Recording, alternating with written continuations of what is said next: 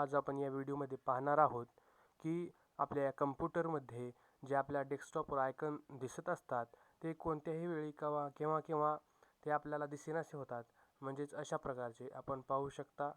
या प्रकारे ते अदृश्य होऊन जातात। नंतर आपणास ते आपण ओपन केलेले फोल्डर, शॉर्टकट्स किंवा ॲप आयकॉन आपल्याला ते दिसत नाहीत। ते आपल्याला दिसण्यासाठी काय करावे लागते ते आपण या व्हिडिओमध्ये पाहणार आहोत।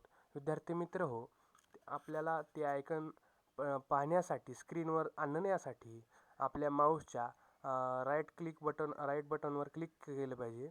त्यानंतर असा इंटरफेस ओपन होईल।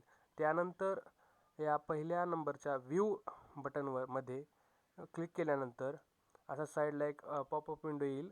त्यानंतर जो शेवटचा ऑप्शन आहे तो म्हणजे शो डेस्कटॉप आयकॉन्स, यावर क्लिक केल्यानंतर तुम्हाला ॲप आयकॉन दिसून जातील। अशा प्रकारे आपण ॲप आयकॉन हाईड झाल्यानंतर आपण ते समोर आणू शकतो, डेस्कटॉपवर आणू शकतो। धन्यवाद। अशाच व्हिडिओसाठी फॉलो करा आमचे चॅनल माहितीचा धमाका।